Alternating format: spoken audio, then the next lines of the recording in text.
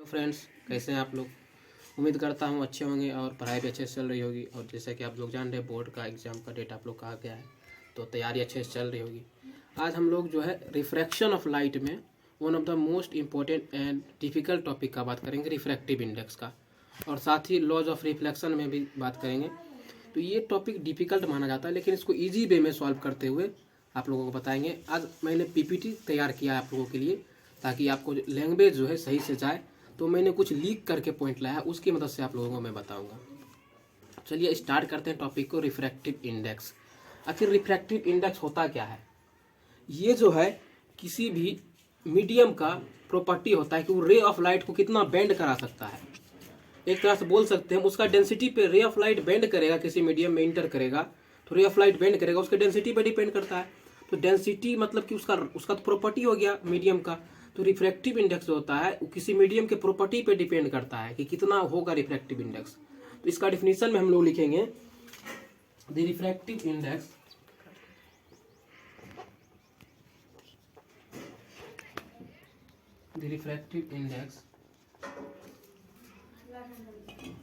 is the measure of bending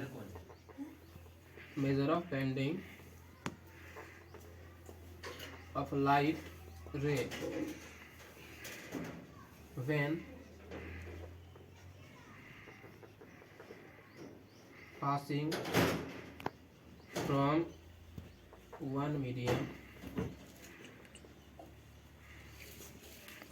one medium to another।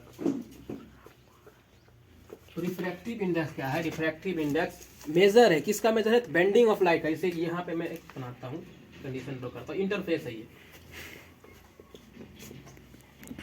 Interface. तो ऊपर air है, नीचे मान लेते हैं वाटर रखा हुआ है, दूसरा मीडियम है वाटर। तो यहाँ से रे ऑफ लाइट अगर इधर से आ रही है इस सरफेस पर इंटरफेस पे, यहाँ से ये बेंड करेगी, नॉर्मल ड्रॉ करेंगे, नॉर्मल की तरफ बेंड करेंगे क्योंकि डेंसर मीडियम में जा रहा है। इस सब का भी प्रूफ बताएंगे आखिर नॉर्मल की तरफ क्यों मुड़ता है, डेंसर में इंटर करता है। सब आगे मैं स्नेल्स लॉ बताने के बाद चर्चा करूंगा। ये बेंड किया लाइट, तो इसी बेंडिंग प्रॉपर्टी को, ये बेंडिंग ऑफ लाइट कितना बेंड हुआ, ये मतलब अपने एक्चुअल में इधर जा रहा था, एक्चुअल में इसका पाथ ये था, लेकिन बेंड कर गया। ये जो बेंड किया है इतना दूर तक, इसी बेंडिंग प्रॉपर्टी को हम लोग क्या बोलते हैं, रिफ्रैक्टिव इंडेक्स। इसका मेजर जो निकालेंगे कितना बेंड कैसे, वो क्या बोलते हैं, रिफ्रैक्टिव इंडेक्स। तो ये मीडियम की डेंसिटी पे डिपेंड करता है। एयर लाइटर था, मतलब रेयरर मीडियम था, और ये जो है वाटर जो है एयर के कंपेरिजन में डेंसर मीडियम है। तो इस तरह का मीडियम, इस तरह के रिफ्रैक्टिव इंडेक्स जब दो मीडियम को कंपेयर करके निकालते हैं, इसको हम लोग बोलते हैं, इसको बोलते हैं रिलेटिव रिफ्रैक्टिव इंडेक्स। अब टाइप ऑफ रिफ्रैक्टिव इंडेक्स में बताता हूँ, टाइप कितना तरह का होता है। दो होता है, एब्सोल्यूट और रिलेटिव। ठीक है, तो रिफ्रैक्टिव इंडेक्स टाइप में एब्सोल्यूट और रिलेटिव का हम लोग बात करेंगे। तो एब्सोल्यूट क्या होता है, तो इसका डिफिनीशन बता देते हैं। एब्सोल्यूट सबसे पहला टाइप का बात कर रहे हैं, absolute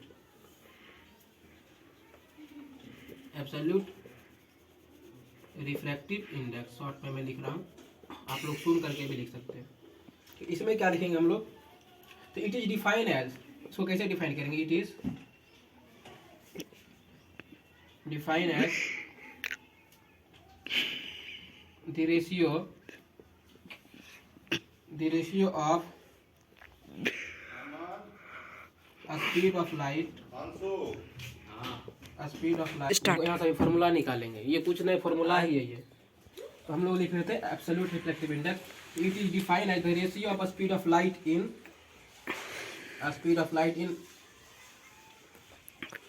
vacuum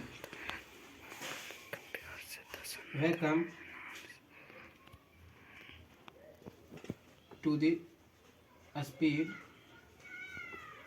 of light in the medium. मतलब कि इसको कैसे डिफाइन करेंगे, शॉर्ट में अगर लिखेंगे तो ऐसे लिख सकते हैं, रिफ्रैक्टिव इंडेक्स इसको मैं डिफिनीशन मतलब अगले स्लाइड पे लिखूंगा, पहले इसको आप लोग जान लीजिए रिफ्रैक्टिव इंडेक्स को रिप्रेजेंट कैसे करते हैं। तो इट इज रिप्रेजेंटेड बाय, एक ये सिंबल होता है, इसको हम लोग म्यू बोलते हैं, म्यू, MEU, म्यू, या फिर एन। आप लोगों को एनसीईआरटी बुक में जो है ये सिंबल दिखाया गया है एन, तो हम लोग भी रिफ्रैक्टिव इंडेक्स को एन से रिप्रेजेंट करेंगे। है क्या एब्सोल्यूट रिफ्रैक्टिव इंडेक्स क्या है, तो इसको हम लोग डिफाइन कर सकते हैं, ये रेशियो है स्पीड ऑफ लाइट वेकअप में जो है उसके कंपेरिजन में, जिस मीडियम में आपको निकालना है उसके कंपेरिजन में ये एब्सोल्यूट रिफ्रैक्टिव इंडेक्स निकल के आएगा। तो आप लोगों को लिखना है तो लिख सकते हैं, साइड हो जाते हैं, स्क्रीनशॉट ले सकते हैं। पहुँच कर मैं उम्मीद करता हूँ आप लोग इसको नोट कर चुके होंगे। आगे बढ़ते इसी में, आगे इसका टॉपिक का बात करता हूँ, आगे हम लोग को क्या पढ़ना है। रिफ्रैक्टिव इंडेक्स की चर्चा कर रहे हैं हम लोग। तो एब्सोल्यूट रिफ्रैक्टिव इंडेक्स की डिफिनीशन में इसको शॉर्ट फॉर्म में लिखेंगे, ऐसे लिख सकते हैं।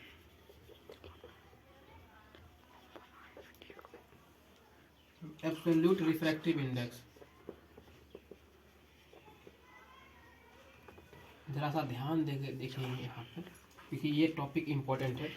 ये होगा speed of light, speed of light in vacuum,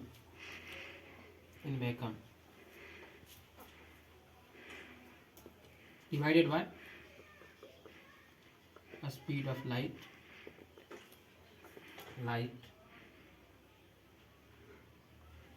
in the medium.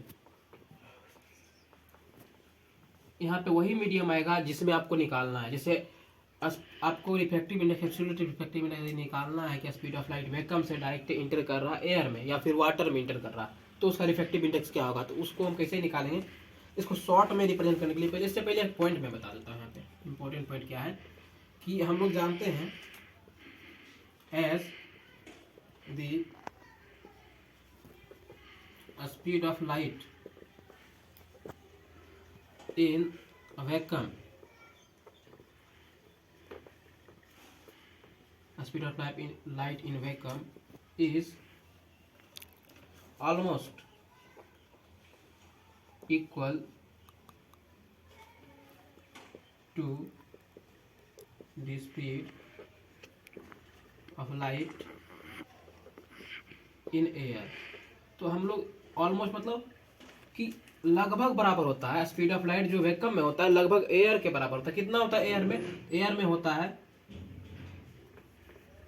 3.0003 into 1.3 into 10⁸ metre per second.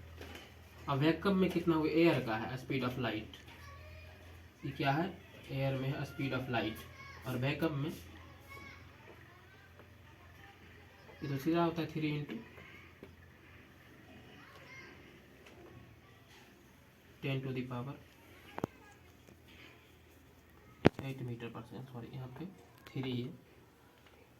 तो हल्का सा डिफरेंस होने के कारण जो है दोनों को अप्रोक्सीमेट, दोनों को मान के चलते हैं कि अप्रोक्सीमेटली दोनों बराबर ही है, दोनों बराबर ही है। तो आप इसमें फॉर्मूला हम लोग रिप्लेस कर सकते हैं, स्पीड ऑफ लाइट जहाँ वैक्यूम में लिखे हैं वहाँ पे एयर से रिप्लेस कर सकते हैं। तब यहाँ से एक और फॉर्मूला आप लोग आएगा, देन हम लोग क्या लिख सकते हैं, देन रिफ्रैक्टिव इंडेक्स ये जो होगा, refractive index is equals to the speed of light in air. इसको हम लोग सी से रिप्रेजेंट करते हैं, speed of light in air को सी से रिप्रेजेंट करते हैं, speed of light in medium. इसको हम लोग भी से रिप्रेजेंट करते हैं, यानी velocity speed of light in medium. तो शॉर्ट में यदि फॉर्मूला लिखेंगे तो रिफ्रैक्टिव इंडेक्स रिप्रेजेंट कैसे करना है, म्यू से या फिर एन से, तो ये बराबर जो आएगा C/V आता है। ये फॉर्मूला आप लोगों को याद रखना है, ठीक है।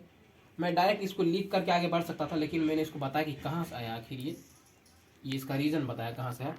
तो आप लोगों को ये फॉर्मूला रख के याद रखना है, ठीक है। मैं साइड जाता हूँ, आपको लिखना है लिख सकते हैं, स्क्रीनशॉट ले सकते हैं।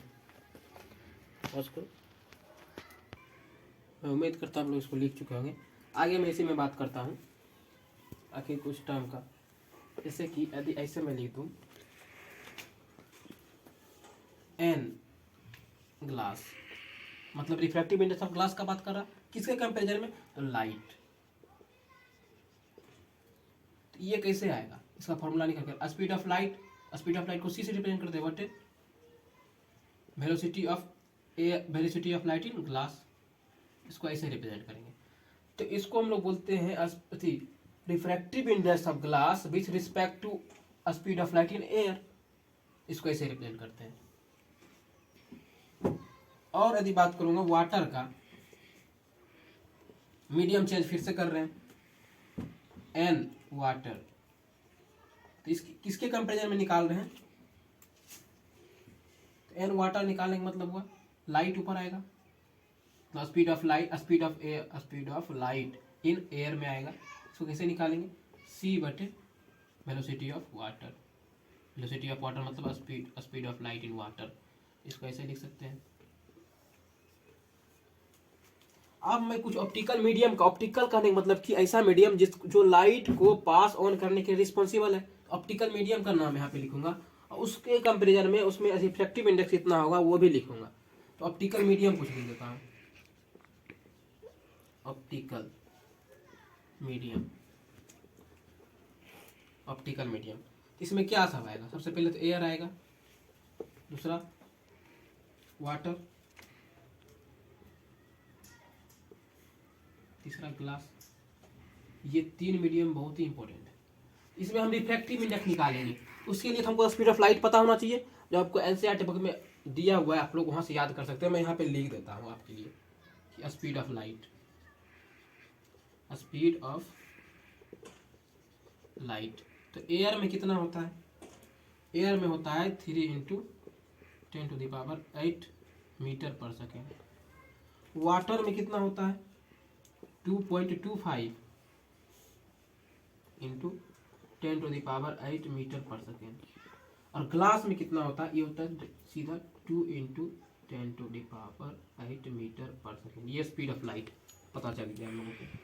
अब रिफ्रैक्टिव इंडेक्स निकालना है कि एयर में जब एयर से लाइट वापस एयर में ही इंटर करे, मतलब कि वैक्यूम से लाइट यदि एयर में इंटर करे या फिर एयर से एयर में ही लाइट रहे, तो उस समय स्पीड ऑफ इसका रिफ्रैक्टिव इंडेक्स कितना होगा एयर का। वाटर में जब इंटर करेगा एयर से तब कितना होगा, जब एयर से ग्लास में इंटर करेगा तब कितना होगा, वो हम लोग निकालेंगे यहाँ पे। तो रिफ्रैक्टिव इंडेक्स निकालेंगे,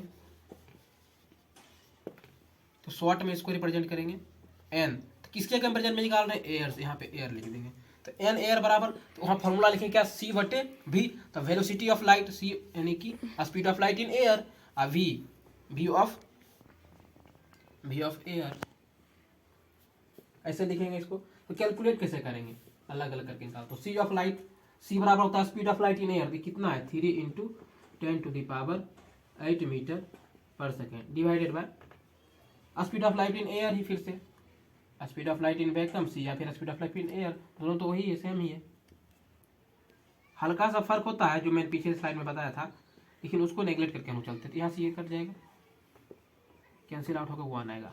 तो अगर रिफ्रैक्टिव इंडेक्स ऑफ एयर बोलेगा तो अप्रोक्सीमेटली हम लोग 1 लेके चलते हैं। इसका कोई यूनिट नहीं होता, यूनिटलेस है। यूनिटलेस क्यों बोल रहे यूनिटलेस है, क्योंकि रेशियो होता है ना, तो रेशियो में यूनिट कैंसिल हो जाएगा, तो यहाँ पे ये यूनिटलेस होता है, रिफ्रैक्टिव इंडेक्स इज यूनिटलेस। तो यहाँ पे निकल के आया कि refractive index of air with comparison with vacuum, refractive index of air हम लोग निकालेंगे, वैक्यूम के कंपेरिजन में 1 आता है। अब यहाँ पे दूसरा मीडियम जो है वाटर है, तो एन ऑफ वाटर, ये आप लोग भी कैलकुलेट करते हो, सी बटे यहाँ पे वेलोसिटी ऑफ वाटर लिख देंगे, velocity of light in water.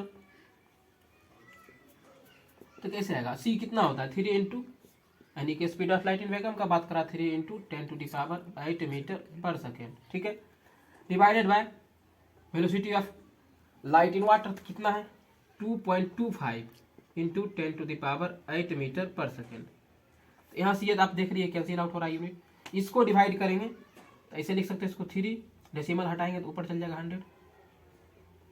100/225। इसको जब हम लोग काटेंगे, कैंसिल आउट करेंगे, ये आएगा आपको 12/9, 25 से डिवाइड करेंगे। इसको तो ऐसे लिख सकते हैं 4 × 3 12 लिख सकते हैं 9, तो 3 टाइम्स में कट जाएगा, कितना आया निकल करके 4/3। इसको अप्रॉक्सीमेटली यहाँ लिख देता हूँ, एन ऑफ डब्ल्यू मतलब वाटर कितना आएगा, आया 4/3। तो इसको डिवाइड कीजिएगा तो 1.33 आएगा। आप लोग एनसीईआरटी बुक से चेक कर सकते हैं, रिफ्रैक्टिव इंडेक्स ऑफ वाटर आपको इतना दिया होगा 1.33। एक और बच रहा रिफ्रैक्टिव इंडेक्स ऑफ ग्लास, यहाँ पे लिख देता हूँ मैं। तो एन ऑफ ग्लास, यहाँ जो भी निकलेगा speed of light in vacuum से ग्लास में जब इंटर करेगा तब कैसा होगा रिफ्रैक्टिव इंडेक्स, उसके कंपेरिजन में निकाले, या फिर एयर से ग्लास में इंटर करेगा, क्योंकि दोनों के अप्रॉक्सीमेटली स्पीड ऑफ लाइट तो सेम ही होता है एयर और वैक्यूम में, उसके कंपेरिजन में निकाल रहे हैं। ठीक है, तो यहाँ पर भी लिख देंगे C/V of glass. V of glass मतलब speed of light in glass, तो C कितना है, C तो फिक्स है 3 × 10⁸ मीटर/सेकेंड। ठीक है, डिवाइडेड बाय 2 × 10⁸ मीटर/सेकेंड। यहाँ देखिए ये कैंसिल आउट हो गया डाटा, आया कितना 3/2। ठीक है, तो इसको आप लोग डिवाइड करके लिख सकते हैं, चाहे ऐसे भी लिख सकते हैं। ग्लास Ng मतलब रिफ्रैक्टिव इंडेक्स ऑफ ग्लास कितना आएगा 3/2 आएगा निकल करके। ये आपके बुक में जो है दिया हुआ ये डाटा, आप लोग वहां से चेकआउट कर सकते हैं। यहाँ 3/2 है, तो आप लोग इस चीज को नोट कर ले। पहला नंबर ये फर्स्ट है, ये सेकेंड है, ये थर्ड है। तो तीनों मीडियम का यदि बोलेगा रिफ्रैक्टिव इंडेक्स निकालने के लिए आप लोग इस तरह से निकाल सकते हैं। इसी फॉर्मूला से निकलेगा।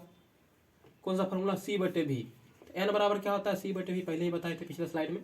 C/V मतलब जिस मीडियम में निकालना उसमें स्पीड ऑफ लाइट रख देंगे उसके कंपेरिजन में, और C मतलब speed of light in vacuum जो होता है 3 × 10⁸ मीटर/सेकेंड होता है। तो मैं साइड जाता हूँ, आप लोग लिखना है, स्क्रीनशॉट लेना है ले सकते हैं। जूम करो थोड़ा सा, पॉज करो, पॉज करो। उम्मीद करता हूँ आप लोग इसको नोट कर चुके होंगे। आगे बढ़ते हैं इसी टॉपिक में आगे बढ़ते हैं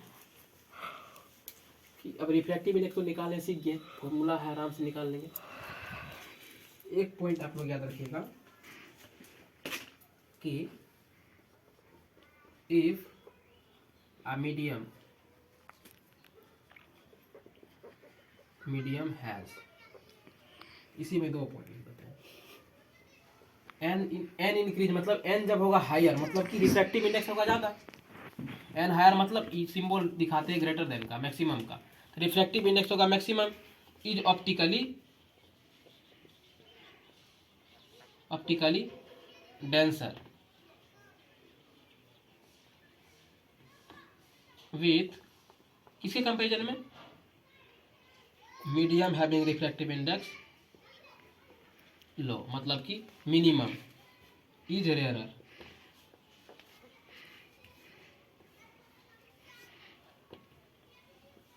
क्या लिखे हैं पॉइंट, ये सिंबल में मैं इसलिए लिखा हूं क्योंकि ज़्यादा लंबा नहीं हो सेंटेंस। तो लिखिए if a medium has refractive index is more than optically denser medium, refractive index is less than optically rarer medium. कहने का मतलब हुआ कि मीडियम कोई रेरर है, ऑप्टिकली मतलब लाइट,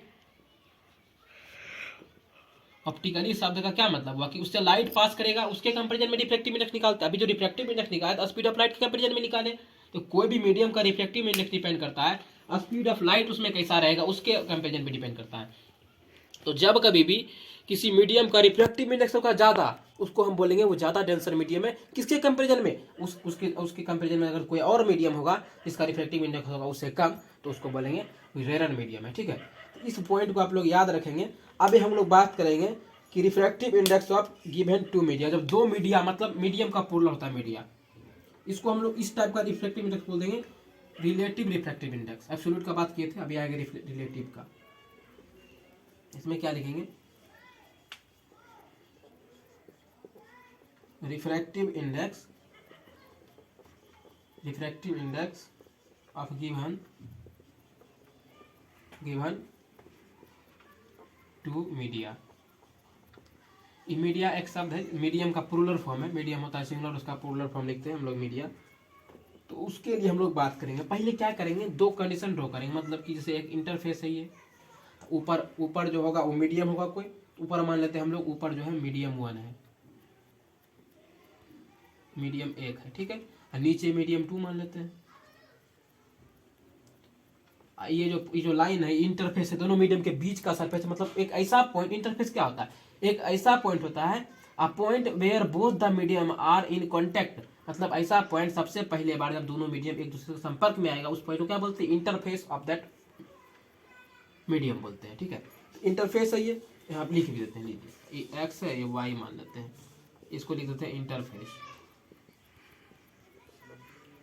इंटरफेस। ठीक है, तो ये मीडियम वन है, हम लोग मान के चल रहे हैं ये मीडियम वन जो है रेरर मीडियम है। जब एक तो रेरर माना दूसरा डेंसर मानना पड़ेगा, ये डेंसर मीडियम है। ठीक है, तो यहाँ पे स्पीड ऑफ लाइट मान लेते हैं v1 रहेगा, स्पीड ऑफ लाइट यानी वेलोसिटी, वेलोसिटी v1, यहाँ पे मीडियम टू में मान लेते हैं v2 रहेगा, v2 मतलब कुछ रहेगा, v1 भी कुछ मतलब वैल्यू उसका आएगा, वो अभी नहीं। यहाँ जो n1 मान लेते हैं मतलब रिफ्रैक्टिव इंडेक्स का जो होगा ये किसके बराबर होगा, n रेरर का, r मतलब रेरर का। ठीक है, मतलब इसको हम क्या बोले, रेरर मीडियम बोले, इसमें रिफ्रैक्टिव इंडेक्स यदि n1 मानते हैं इसका रेरर के बराबर होगा, तो n2 यहाँ पे मानते हैं किसके बराबर होगा, nd का, मतलब डेंसर मीडियम के। इसी नाम रख रहे हैं, जैसे आप या फिर आप लोग चाहे दोनों में से कुछ भी, डेंसर या रेरर दोनों में से कुछ भी रख सकते हैं, n1 n2 भी रख सकते हैं, नहीं भी रख सकते हैं। तो इसमें जो रिफ्रैक्टिव इंडेक्स हम लोग निकालेंगे n1, इसका मतलब क्या हुआ, c बटे v1, यानी कि speed of light in medium one with speed of light in vacuum, इसके कंपेरिजन में रिफ्रैक्टिव इंडेक्स निकालते हैं, यहाँ सी निकल के आया। और एक तो यहाँ पे बात करेंगे तो n2 बराबर क्या होगा, c बटे v2, मतलब कि यदि रिफ्रैक्टिव इंडेक्स ऑफ मीडियम 2 निकालेंगे तो speed of light in vacuum with respect to speed of light in medium 2, ऐसे निकाले हम लोग। तो हम क्या जान रहे हैं कि रेयर, अभी ऊपर पॉइंट लिखे हैं कि जिसका रिफ्रैक्टिव इंडेक्स मतलब ज़्यादा होगा वो ऑप्टिकली डेंसर मीडियम होगा, डेंसर मीडियम है इसका मतलब इसका रिफ्रैक्टिव इंडेक्स ज़्यादा होगा। इससे क्या लिख सकते हैं इस पॉइंट से कि n2 जो है हमारा nd मतलब n2 चाहे nd ये ग्रेटर होगा किससे, nr से, मतलब रेरर से। इसको ऐसे भी लिख सकते हैं n2 is greater then n1। ये पॉइंट आप लोगों को मैं बताना चाह रहा था। क्वेश्चन में आएगा, आप लोगों को फिल करने देगा, फिल करने क्वेश्चन कैसा रहेगा, फिल करने देगा symbol greater than, less than, equals to, आप लोग क्या भरिएगा, आप लोगों का सिंबल आएगा ये ग्रेटर देन, कि refractive index of medium one is greater than refractive index of medium two. वो कब होगा, जब मीडियम वन रेरर होगा और मीडियम टू डेंसर होगा, या फिर उल्टा भी कर सकते हैं हम लोग, जब इसी को बना दिए हम लोग डेंसर तो इसको सिंबल इधर घूम जाएगा। क्वेश्चन कैसे भी चेंज कर सकता है, हम बोल देते हैं क्या, मीडियम वन जो है ना, कि मीडियम वन जो है ये डेंसर है इस बार, और मीडियम टू जो है ये रेरर है। तो यहाँ पे रिफ्रैक्टिव इंडेक्स का रिलेशन क्या लिखेंगे कि n2 जो है लेस देन होगा n1, बस ये सिंबल से याद रखना है। कैसे आता है फिल करने लिए, क्वेश्चन आएगा इस टाइप का कि दो कंडीशन बना देगा, या तो फिगर ड्रॉ कर देगा या तो क्वेश्चन में लिख देगा लैंग्वेज में, तो आप लोगों का क्वेश्चन ऐसे आएगा। ठीक है, ये चीज़ आप लोग याद रखेंगे। इसको हम लोग पढ़ते क्या है अगले स्लाइड में बताऊंगा, क्योंकि यहाँ पे मैंने थोड़ा बड़ा बड़ा लिखा था कि आप लोगों को दिखिए अच्छे से, स्क्रीनशॉट लेना ले सकते हैं, लिख सकते हैं। पॉज करो, मैं उम्मीद करता हूँ आप लोग इसको लिख चुके होंगे। आगे बढ़ते इसके इसी में मैं बात करूंगा इसको पढ़ते कैसे हैं। सबसे बड़ा बात कन्फ्यूजन आता है कि इसको पढ़ते कैसे, n1 n2 जो लिख दिए उसको कैसे पढ़ते, n1 n2 जो लिख दिए हैं, मैं डिफिनेशन नहीं लिखाया हूँ, सब एब्सोल्यूट इफेक्ट लिखा दिया रिलेटिव का, आप लोग एनसीईआरटी बुक से देख सकते हैं। इसको पढ़ते कैसे इस पे बात करते हैं। तो refractive index of medium two को ऊपर लिखेंगे, but refractive index of medium 1, इसको कैसे लिखेंगे, रिफ्रैक्टिव इंडेक्स 2 मतलब n2 बटे n1। ये जब रिलेशन आएगा तब इसको पढ़ेंगे कैसे, इसको बोलते हैं विथ रिस्पेक्ट टू, WRT का मतलब होता है विथ रिस्पेक्ट टू। इसको पढ़ेंगे, दोनों से रिलेशन जब निकालेंगे इसको मैं कैलकुलेट करके बता देता हूँ, पहले शॉर्ट में लिखता हूँ उसके बाद कैलकुलेट करके बता दूंगा कि n2 इसको लिखते ऐसे हैं कि n2 जो 2 है ऊपर जो है उसको नीचे यहाँ पे रखते हैं, और जो नीचे जो है रेशियो में जब दो मीडियम का रिफ्रैक्टिव इंडेक्स को कंपेयर करेंगे उसका रेशियो निकालेंगे, उसको ऐसे लिखते हैं हम लोग शॉर्ट में। इसको पढ़ते हैं refractive index of medium 2 with respect to 1। क्या पढ़ेंगे, refractive index of medium 1 with respect to 2। मैं जो भी बोला था वो ये लिखा गया था, refractive index of medium 2 with respect to 1। इसको कैसे पढ़ेंगे, refractive index of medium 1 with respect to 2, इसको ऐसे पढ़ेंगे हम लोग। इसको ऐसे पढ़ेंगे, ठीक है। या फिर आप लोग इसको ऐसे भी लिख सकते हैं, एक और सिंबल जो बताया था μ2 विथ रिस्पेक्ट टू 1, इसी को ऐसे भी बहुत जगह किसी किसी किताब में से भी लिखा रहता है, 1 इधर लिख दिया, n के बाद 2 लिखा, इसका मतलब भी वही हुआ, ठीक है। Refractive index of medium 1 with respect to 2, इसको ऐसे भी लिख सकते हैं हम लोग, म्यू भी जहाँ पे यहाँ पे बता देता हूँ 2 1 ऐसे भी लिखा रहता है कहीं कहीं बुक में, तो उससे घबराना नहीं है। इसको कैसे पढ़ना है, refractive index of medium 1 with respect to 2, इसको कैसे पढ़ना है, refractive index of medium 1 with respect to 2, मैं यहाँ पे लिख देता हूँ। इसका मतलब क्या हुआ, इसका मतलब हुआ ये बोल रहा है refractive index of medium 1 with respect to medium 2, ठीक है। इसको ऐसे बोलता है, ऐसे इसको बोलेगा तो सिर्फ ये सिंबल लिखेगा, इसको ऐसे हम लोग पढ़ेंगे। ये दिया है, रेशियो दिया है किसका, n2 बटे n1 का दिया है, n2 मतलब रिफ्रैक्टिव इंडेक्स ऑफ मीडियम 2, उसका रेशियो किया है रिफ्रैक्टिव इंडेक्स ऑफ मीडियम 2 से। इसको हम लोग बोलते हैं रिलेटिव, रिलेट कर रहे हैं दोनों मीडियम को, 1 और 2 मीडियम को रिलेट कर, इसको बोलते हैं रिलेटिव रिफ्रैक्टिव इंडेक्स, ठीक है। आगे मैं बात करता हूँ, इसी में आगे थोड़ा सा बढ़ता हूँ। जैसे अभी मान लो जी आपको ऐसे दिया हुआ n2 n1 दे दिए, इसका मतलब क्या हुआ कि refractive index of medium 1 with respect to 2, ऐसे यहाँ पे लिखा हुआ है।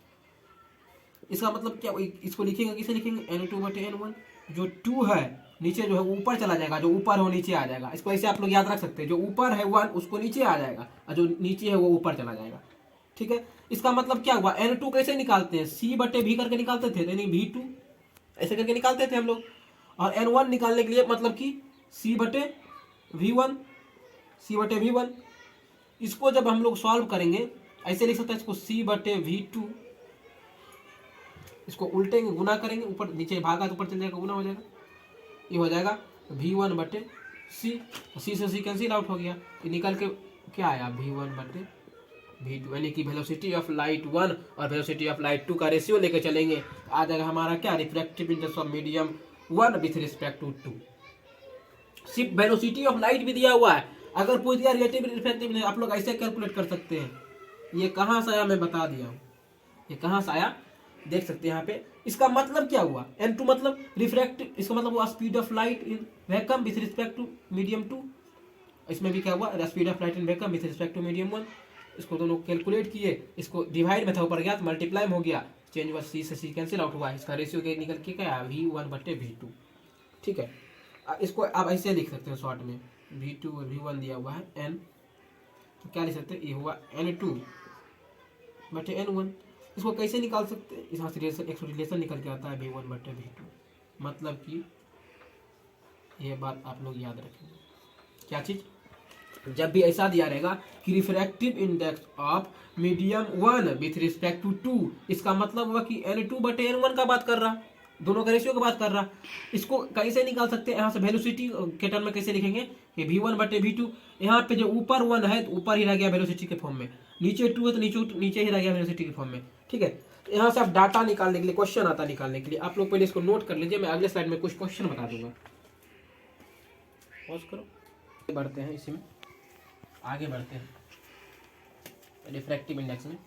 ये टॉपिक जो आपका पूरा ध्यान मांगता है, आप लोग पूरे ध्यान से देखेंगे इस टॉपिक को, तभी समझ में आएगा, क्योंकि मैं बहुत टॉपिक को जो याद करने वाला उसको मैंने समझाने के टर्म में लेकर आया हूँ, तो आप लोग समझेंगे टॉपिक को। जैसे आप कुछ चीज़ का बात करेंगे, जैसे अभी 1-2 को लेके चले थे, अब यहाँ पे बोल दिए, ये लिख दिए हैं, आप लोग कैसे इसको लिखेंगे, मतलब कि refractive index of medium 4 with respect to 3, इसको कैसे लिखेंगे, इसको ऐसे लिख सकते हैं n3 बटे n4, मतलब कि refractive index of medium 3 divided by refractive index of medium 4, दोनों का रेशियो है।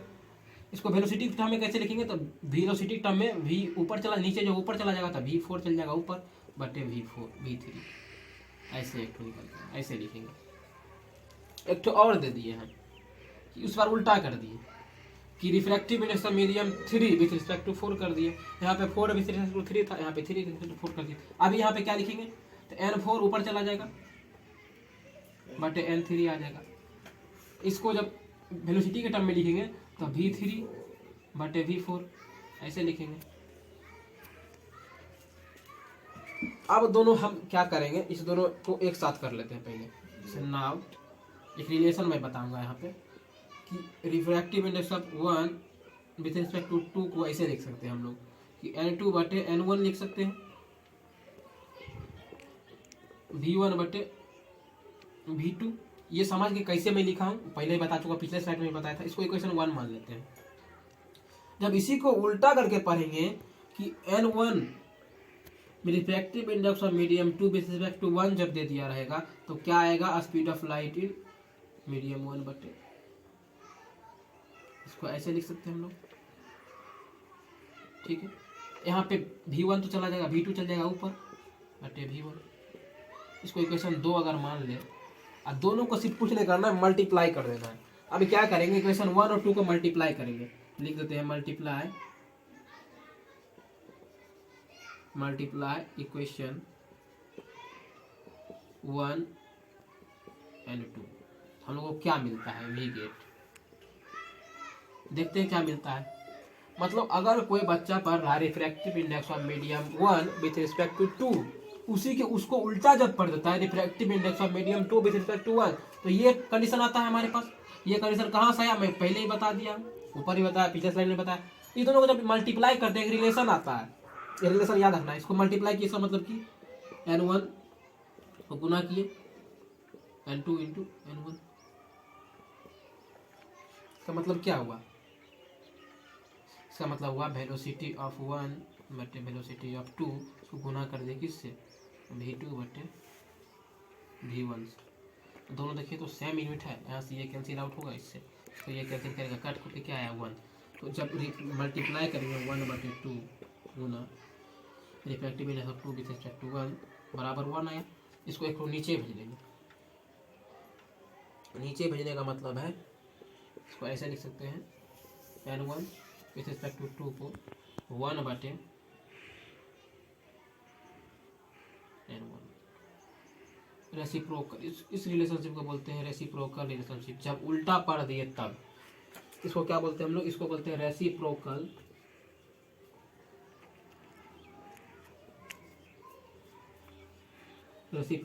रिलेशन। आपको क्वेश्चन ऐसे भी दे सकता है, जब दो मीडियम का रिफ्रैक्टिव कंपेयर में दे दिया रहेगा, पूछेगा उसका रेसिप्रोकल रिलेशनशिप क्या होगा, सीधा उसको 1 बटे से डिवाइड कर देंगे। रेसिप्रोकल करने मतलब 1 बटे, ये कहाँ से आया आप लोगों को मैं डिटेल में बताती हूँ। यदि नहीं दिया रहेगा डायरेक्ट, ये स्पीड ऑफ लाइट दोनों मीडियम का दिया रहेगा, तब उसका रिफ्रैक्टिव इंडेक्स बोलेगा।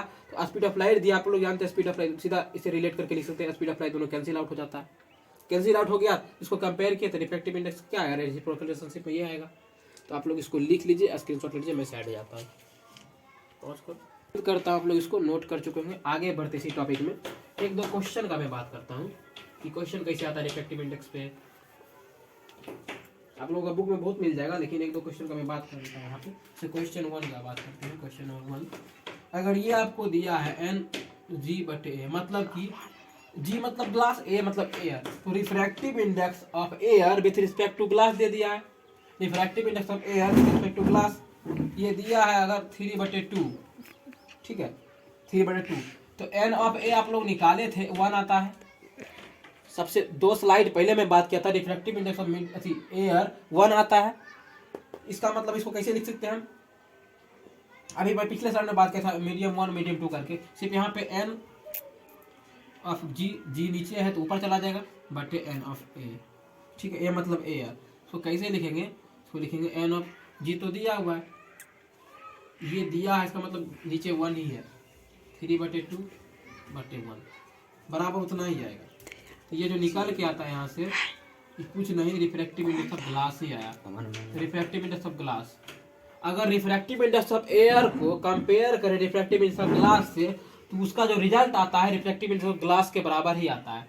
तो मैं यहाँ पे लिखा हूँ refractive index of air with respect to glass, जो 3/2 दिया हुआ है, तो ये हुआ relative refractive index.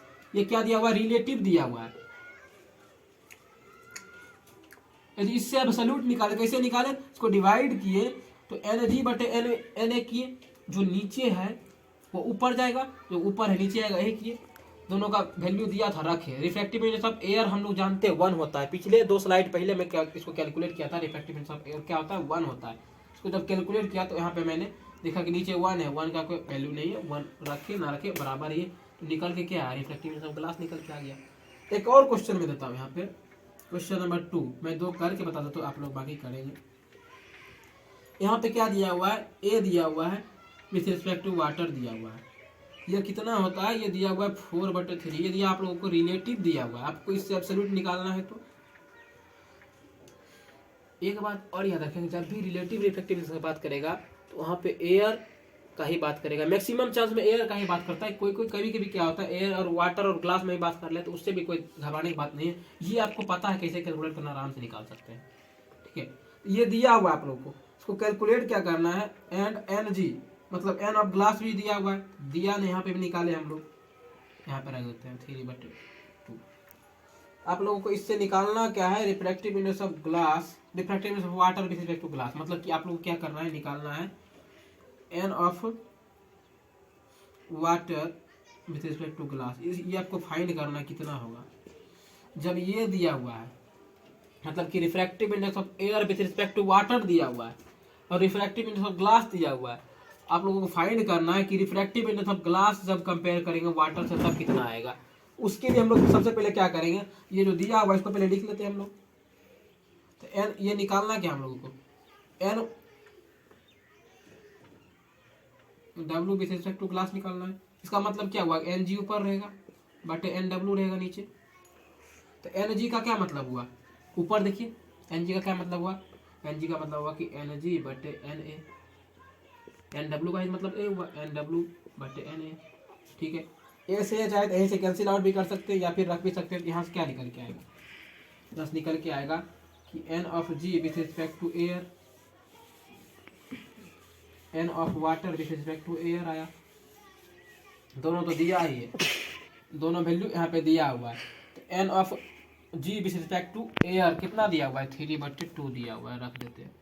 N of air with respect to water कितना दिया हुआ, क्वेश्चन में दिया हुआ कितना, 4/3 दिया हुआ है। कुछ नहीं करना, इसको सिर्फ मल्टीप्लाई कर देंगे, नीचे लाएंगे 3/2 इंटू 3/4 कितना आएगा, 9/8 आएगा आंसर। ये आप लोगों को निकालना था। तो ये निकल के क्या आया, देयरफॉर कि रिफ्रैक्टिव इंडेक्स ऑफ एयर से एयर कैंसिल आउट हो जाएगा, बचेगा क्या, refractive index of water with respect to glass जो निकल के आया 9/8 आया। ये वैल्यू निकल गया। इसका मतलब है, यहाँ देखिए, इसको यहाँ से मैं फिर से यहाँ बता देता हूँ कि एयर एयर कैंसिल आउट कैसे होगा। नीचे एयर है, एन जी लिखा हुआ है बटे एन ए है, तो जब क्रॉस ऊपर भेजेंगे तो मल्टीप्लाई होगा, तो एन ए बटे एन जी, एन डब्ल्यू आया, ए से ए कैंसिल आउट हुआ, बचा क्या, एन जी एन डब्ल्यू। इसको ऐसा नहीं लिख सकते हैं कि रिफ्रैक्टिव इंडेक्स ऑफ, ऊपर जो है नीचे आएगा glass with respect to air, वही तो निकालना था हम लोगों को। ये कैसे आया ये मैं यहाँ पे बता दिया, एक्सप्लेन कर दिया हूँ। इसका जरूरत नहीं लिखने का, लेकिन आप लोग ये नोट कर सकते हैं।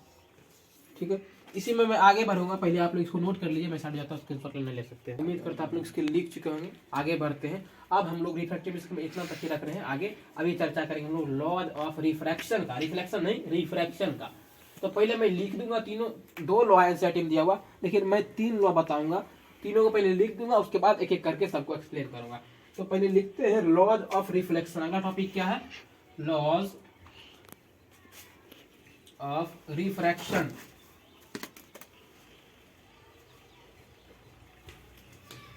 Refraction of light,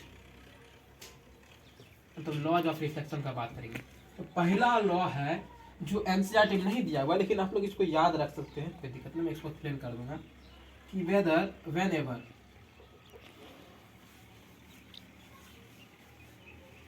whenever light goes from one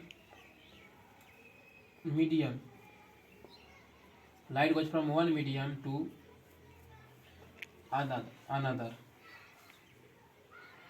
आप लोग सूर्य के बीच नहीं देखने में बन रहा, सूर्य के बीच सकते हैं। whenever light goes from one medium to another, the frequency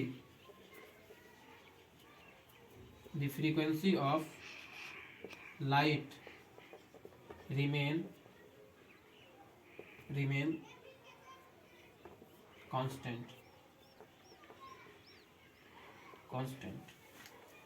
however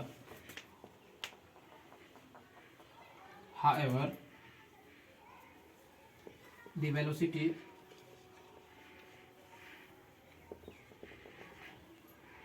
the velocity of light and wavelength of light,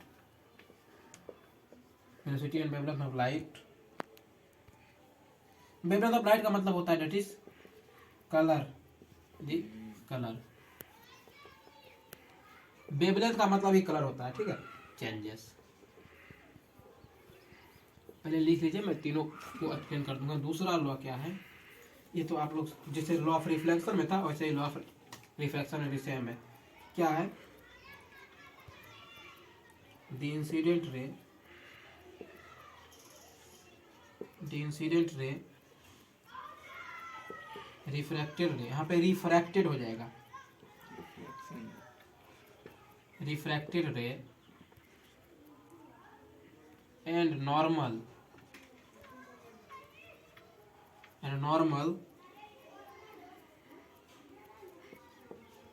to the interface. कहाँ पे नॉर्मल ड्रॉ करते हैं, इंटरफेस पे। Normal to the interface of two media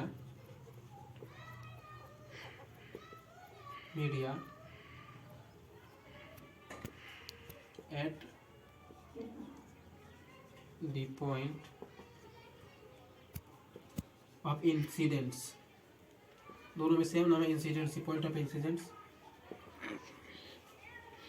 incidents all lie in the same plane, ठीक है। ये दूसरा law है। और तीसरा लॉ जो है, जिसको लास्ट हम लोग बोलेंगे तीसरा लॉ, इसको एक्सप्लेन मैं करूँगा अच्छे से, पहले आप लोग लिख लीजिए।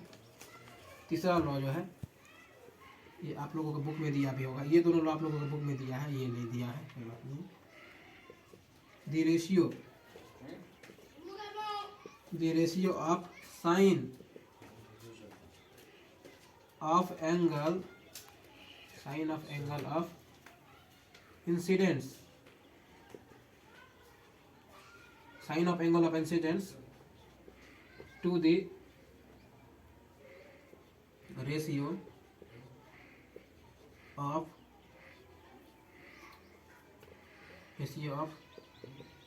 Sign of angle of refraction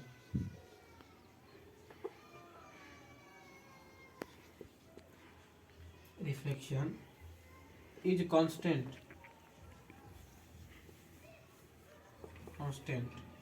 for the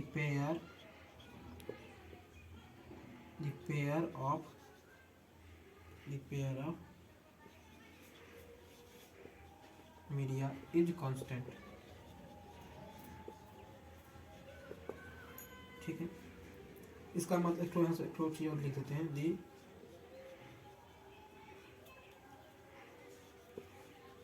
constant, form लिख रहा हूँ, constant is the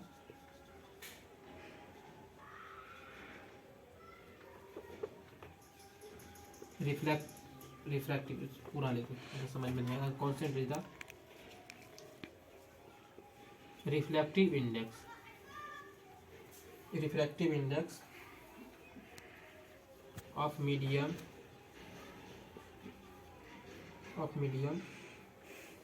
two with respect to, इसको क्या पढ़ेंगे, with respect to medium one. ये आप लोग पहले नोट कीजिए, मैं इसको एक एक करके एक्सप्लेन करूंगा, ठीक है। मैं साइड जाता हूँ, आप लोगों को लिखना और लिख सकते हैं, या तो मैं कैमरा को आगे जूम करता, आप लोग स्क्रीनशॉट भी ले सकते हैं। जूम करो थोड़ा सा, पॉज करो।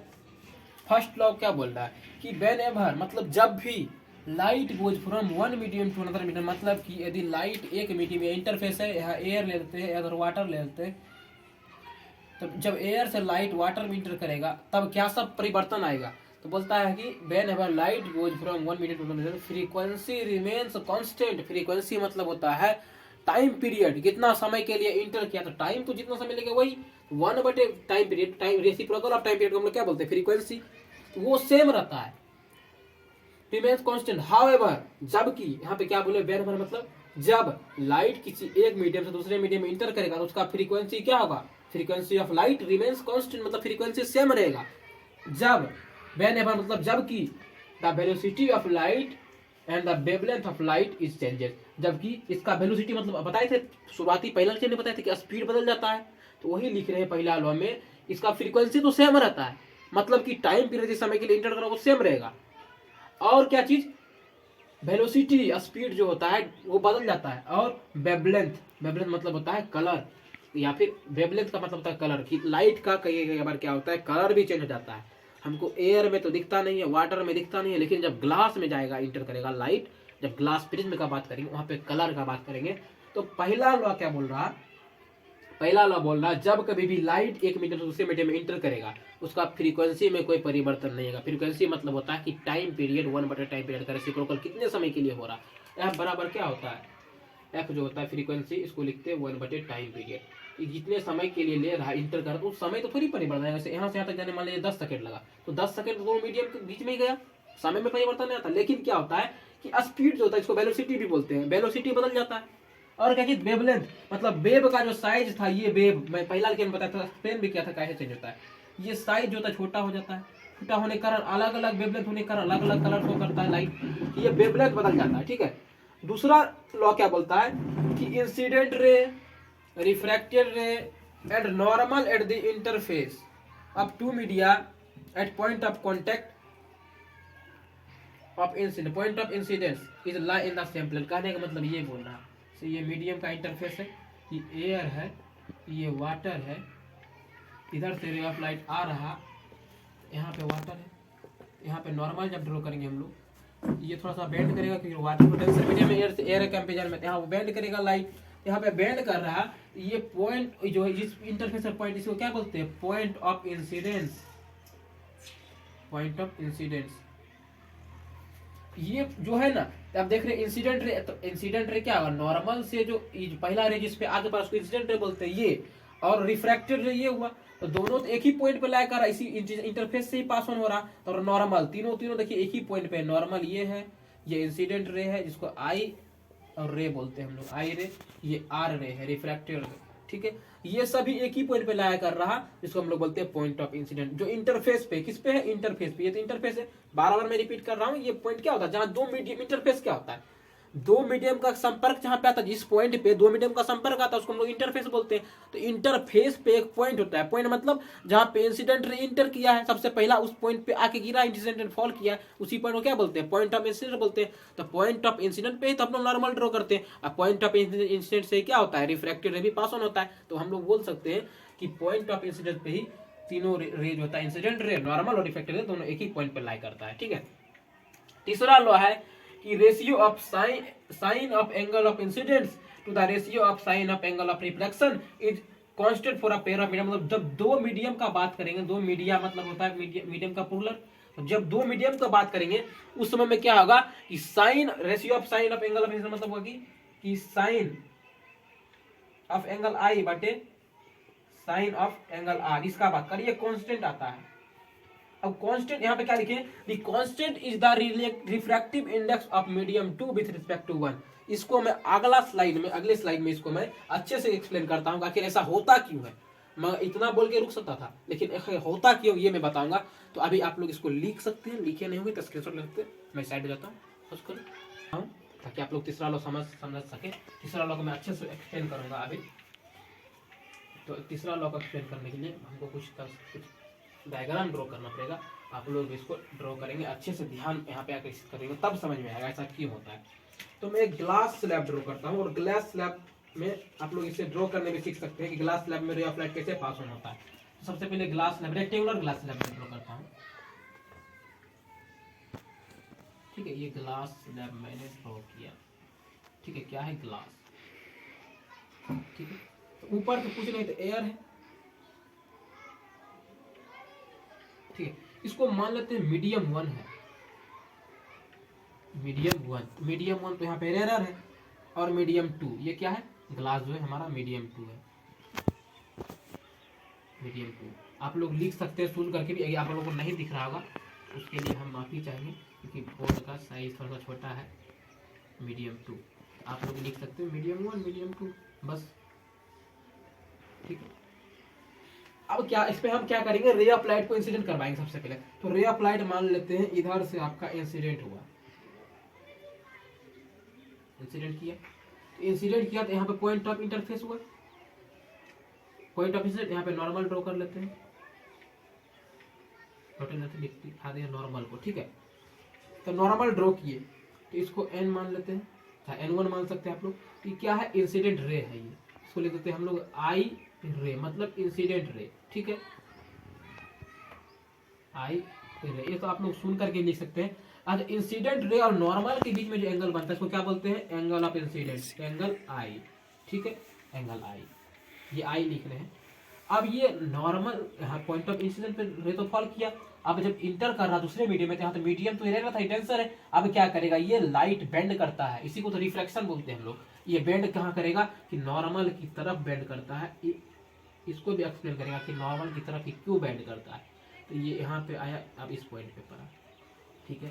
तो ये जो बेंड किया, यहाँ पे जो एंगल क्रिएट हुआ, एंगल ऑफ नॉर्मल और रिफ्लेक्टेड रे, इस मीडियम के लिए, इस इंटरफेस के लिए एक्स वाई इसको मान लेते हैं, ठीक है, एक्स वाई इस इंटरफेस के लिए। इस एंगल ऑफ रिफ्लेक्शन यहाँ पे बंद कर दिया, एंगल ऑफ रिफ्रैक्शन, ठीक है, आर से डिनोट किया इसको हम। अब यहाँ पर भी क्या किया, इंटर किया, तो बाहर निकलेगा लाइट, बाहर निकलता है, बाहर निकला, नॉर्मल है, नॉर्मल 2 मान लेते हैं, इसको नॉर्मल 1 मान लेते हैं, ठीक है। तो यहाँ पर ये एंगल बन रहा, तो यहाँ इसको मान लेते हैं डब्ल्यू एक्स। ये जो इंटरफेस नीचे जो बन रहा, एयर फिर नीचे है, इसके बीच में इंटरफेस बन रहा, इसके लिए तो ये जो यहाँ पर ये तो रिफ्रैक्टेड रे हुआ, और रिफ्रैक्टेड रे जब इंटरफेस 2 पे पड़ा, यानी डब्ल्यू एक्स पे, डब्ल्यू और जेड पे पड़ा, डब्ल्यू जेड पे पड़ा, तो इसके लिए तो ये इंसिडेंट रे हो गया, इसके लिए इंसिडेंट है, तो यहाँ पे एंगल I2 निकलेगा, आई एंगल I2 बोल देते हैं इसको। तो अब ये रिफ्लेक्ट करेगा, बाहर निकलेगा, तो बाहर निकलेगा तो रेयर मीडियम से, मतलब डेंसर मीडियम से रेयर की तरफ जा रहा है, नॉर्मल 2 है हमारा, यहाँ पे लिखते हैं बाहर नॉर्मल 2, ठीक है। ये अब डेंसर मीडियम से रेयर की तरफ जाएगा, नॉर्मल से दूर भागेगा, नॉर्मल से दूर भागता है, ये हुआ हमारा रिफ्रैक्टेड रे, रिफ्रैक्टेड रे किसके लिए, इंटरफेस डब्ल्यू जेड के लिए। ये जो एंगल यहाँ पे होता है ना, इसको एक स्पेशल नाम देते हैं हम लोग, एंगल ई बोलते हैं, एंगल ऑफ इमरजेंस बोलते हैं, एंगल ई मतलब एंगल ऑफ इमरजेंस, ठीक है। इसको क्या बोलते हैं, इसको लिख देते हैं हम लोग एंगल ऑफ इमरजेंस, ठीक है। अब इसी से हम लोग क्या करेंगे, इस जो तीसरा लॉ था लॉ ऑफ रिफ्लेक्शन, यानी कि आप लोगों के हिसाब से दूसरा लॉ ही होगा, एनसीईआरटी में दूसरा वही लॉ दिया हुआ है, उसको हम लोग देखते हैं आखिर क्या बोलना चाहता है वो लॉ, हमसे क्या बोलना चाहता है।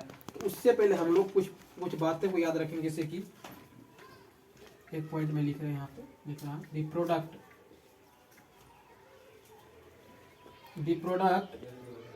ऑफ रिफ्रैक्टिव इंडेक्स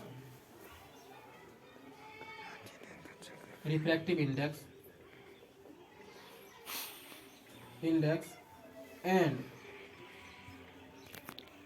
साइन, ऐसा यानी पूरा नाम लिखते साइन, ठीक है, sine of angle I at a point in medium is constant. ये क्या लिख दिए, ये लिखे हैं क्या कि रिफ्रैक्टिव इंडेक्स कहने का मतलब क्या हुआ कि n इंटू एन गुना जब साइन एंगल आई का बात करेंगे, ये क्या निकल के आएगा कांस्टेंट आएगा, ठीक है। जब 2 मीडियम है तो n फॉर 2 मीडियम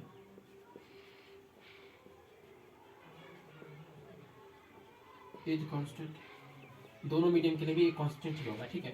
तो n1, तो यहाँ पे साइन एंगल I1 पहले एंगल के लिए लेके चलो, ठीक है, इसको I1 आप लोग मान सकते हैं, I1, ठीक है।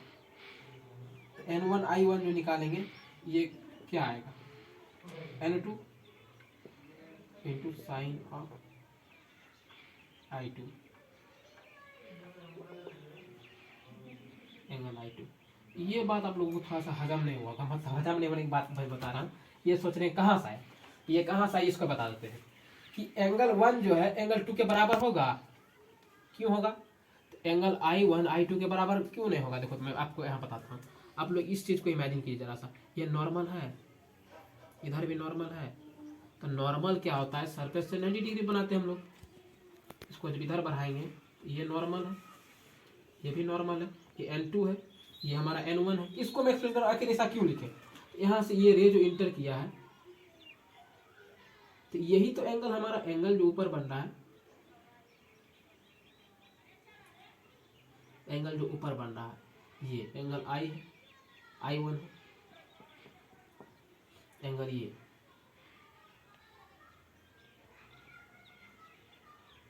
R1 I2 है, ठीक है।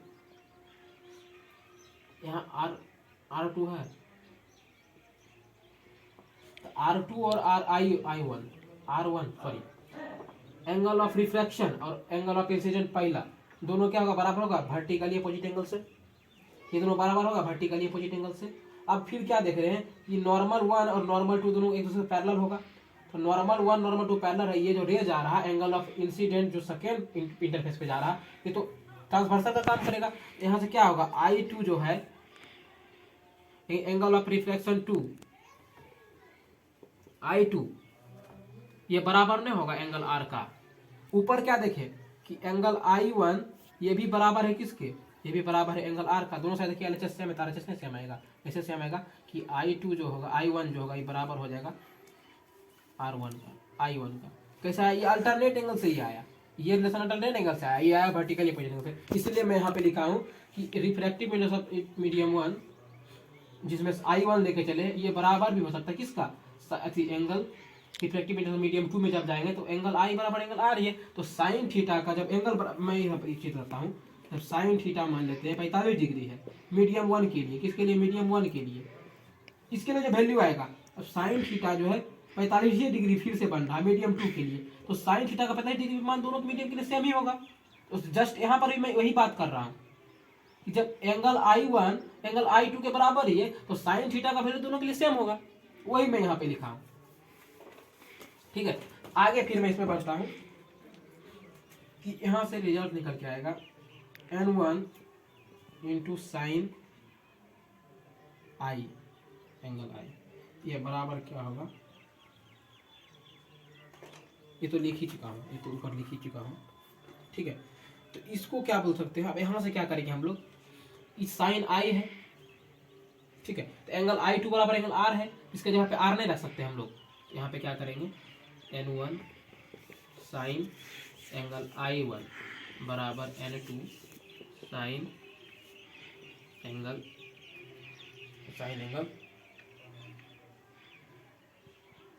R।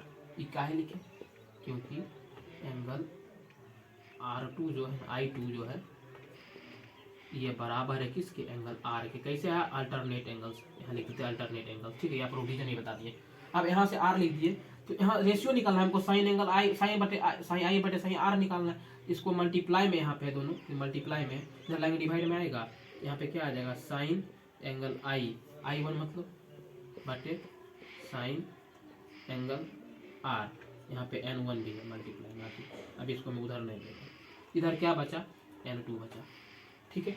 अब इधर मल्टीप्लाई में हो जाएगा डिवाइड में, तो साइन एंगल I1 बटे साइन एंगल R बराबर N2 बटे N1 में आ गया, ठीक है। इसको आप शॉर्ट, अब इसको अच्छे से लिखेंगे हम लोग, क्या लिख सकते हैं साइन एंगल I बटे I1 लिखे चाहे नहीं लिखे, एंगल ऑफ इंसिडेंट मान लेते हैं, I1 को ही तो एंगल ऑफ इंसिडेंट मान रहे हैं, बटे साइन एंगल R, ये बराबर क्या आया N2 बटे N1। N2 बटे N1 क्या है, रिफ्रैक्टिव इंडेक्स है मीडियम 1 का मीडियम 2 से। इसी को हम लोग क्या बोलते हैं, स्नेल्स लॉ बोलते हैं। इसी को क्या बोलते हैं, स्नेल्स लॉ। आपका थर्ड लॉ भी यही है, तो हम लोग क्या बोलते हैं, Snell's law, SNELL, Snell's law. Snell's law क्या कहता है कि ratio of sine of angle of incidence, ratio of sine of angle of incident, Snell's law of refraction बोलते हैं। तो स्नेल्स लॉ ऑफ रिफ्लेक्शन से आप लोग ये भी लॉ 3 को भी प्रूव कर सकते हैं कि ratio of angle sine of angle of incidence बटे sine of angle of refraction ये बराबर किसके आता है, refractive medium 2 with respect to 1 का। देख सकते हैं मीडियम 2 विथ रिस्पेक्ट टू 1, अब इसी में बात किया, इसमें भी कर सकते हैं आप लोग चाहे तो। यहाँ पे एंगल ऑफ रिफ्रैक्शन का एंगल ऑफ इमर्जेंस आ जाएगा, लेकिन हमको सिर्फ ये प्रूव करना था। ये यहाँ से हम लोग प्रूव कर दिए कि sine of angle of incidence जो होता है sine of angle of refraction के बराबर होता है। आप जानते हैं रिफ्रैक्टिव इंडेक्स ये तो न्यूमेरिकल वैल्यू होता है, इसमें तो कोई यूनिट है नहीं, ये तो हमेशा कांस्टेंट ही होगा। चाहे किसी मीडियम का बात करें हम लोग, रिफ्रैक्टिव इंडेक्स क्या होता है, न्यूमेरिकल वैल्यू होता है, तो दोनों कांस्टेंट होगा। यहाँ से निकाल के नहीं हम लोग बोल सकते। आगे देखिए, इसी को मैं आगे फिर एक्सप्लेन करता हूँ, आगे बढ़ता हूँ। आप लोग पहले इसको नोट कर लीजिए, मैं साइड हो जाता हूँ, स्क्रीनशॉट लेना ले सकते हैं, पॉज करो। मैं उम्मीद करता हूँ आप लोग इसको लिख चुके होंगे, आगे बढ़ रहे हैं, आगे बढ़ रहे हैं। ये आप लोग अच्छे से एक बार फिर से समझ में नहीं आएगा, वीडियो को रिवर्स करके फिर से आप लोग इसको देख सकते हैं। स्नेल्स लॉ ऑफ रिफ्लेक्शन मैं इसमें एक्सप्लेन कर दिया। आगे बात क्या करते हैं, जैसे कि ये जो रिलेशनशिप था जो अभी निकाले थे स्नेल्स लॉ ऑफ रिफ्लेक्शन, ये सबसे पहले स्नेल्स नाम का साइंटिस्ट ने दिया था कि this relationship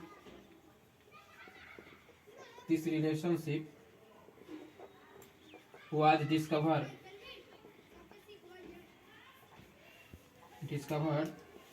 by Snells, SNELLS, Snells, by experimentally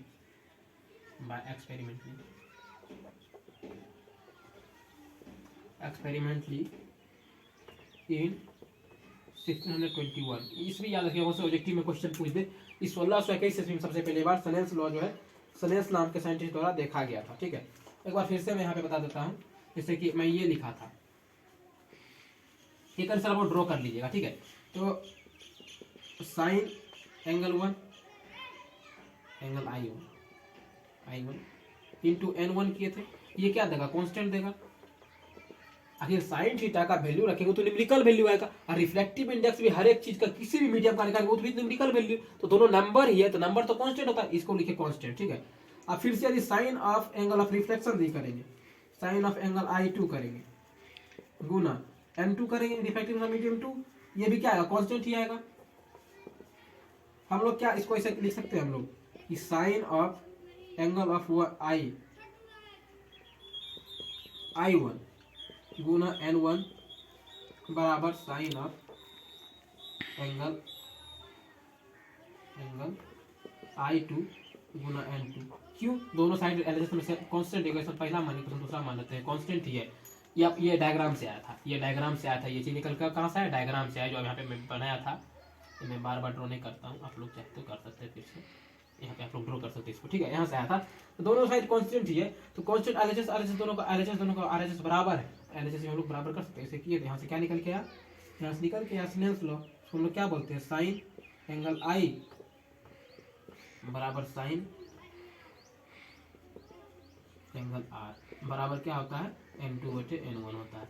ये एंगल I बराबर R होता है अल्टरनेट एंगल से, जो मैंने पिछले स्लाइड में बताया था। यहाँ से ये जो निकल के इसी को क्या बोलते हैं, स्नेल्स लॉ हम लोग बोलते हैं। स्नेल्स लॉ क्या बोला था कि जब रेशियो लेंगे sine theta of angle of incidence और एंगल ऑफ रिफ्लेक्शन का, तो वो बराबर आएगा कांस्टेंट का। आप लोग जानते हैं रिफ्लेक्टिव इंडेक्स होता है, न्यूमेरिकल वैल्यू होता है, वो भी कांस्टेंट होता है। ठीक है, तो आज के लिए यहीं तक रखेंगे, हम लोग यहीं तक रखेंगे। उम्मीद करता हूँ आप लोगों को लेक्चर समझ में आया होगा, आप लोग इसको अच्छे से समय देकर समझेंगे। यदि नहीं समझ में आता है तो आपको अगर कोई टॉपिक में डाउट होता है उसको आप कमेंट में मेंशन करें, मैं उम्मीद फिर से कोशिश करूँगा उस पर आप लोगों का डाउट को क्लियर करने का। यदि आप लोगों का टॉपिक थोड़ा डिफिकल्ट माना जाता है, लेकिन मैंने जिस तरह से एक्सप्लेन किया हर एक टॉपिक को याद करने का बहुत कम मौका दिया, तो आप लोग उसको अच्छे से याद एक्सप्लेन कर सकते हैं, मतलब देख सकते हैं। यदि आप लोगों को डाउट होता है तो आप लोग डाउट मेंशन करें, और जो यदि वीडियो जहीं समझ में नहीं आता तो रिवर्स करके फिर से देख सकते हैं। Thank you for watching, keep learning, stay curious, until the next video.